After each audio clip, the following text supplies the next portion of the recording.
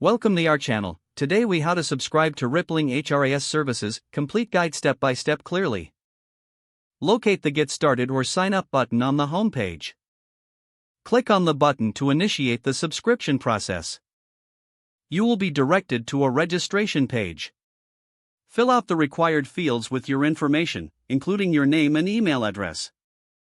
Create a strong password for your account. Once you complete the registration form, click Continue or Next. You may be prompted to provide additional business information. Enter details such as your company name, size, and industry.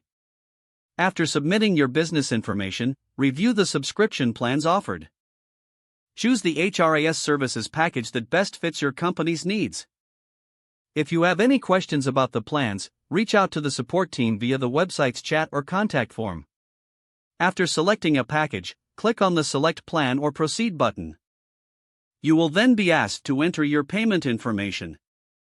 Fill in your credit card details or select any alternative payment options available. Review your order summary to ensure everything is correct. You will receive a confirmation email shortly after successfully subscribing. Follow the instructions in the email to access your new Rippling account. Log into your account using the credentials you just created. Start exploring the features and tools available within the Rippling HRIS platform. If you need help, consult the support resources or documentation provided by Rippling. If the page does not load, refresh the browser or try again in a private or incognito window. Make sure you are using the correct email address, then retype it carefully to avoid small typos. If your password is not accepted, use the reset option and create a new strong password you can remember. Check your spam folder for verification or security emails, then complete any requested confirmation steps.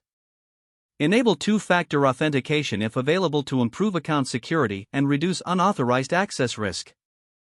After signing in, review your profile details so your contact information and settings are accurate and current.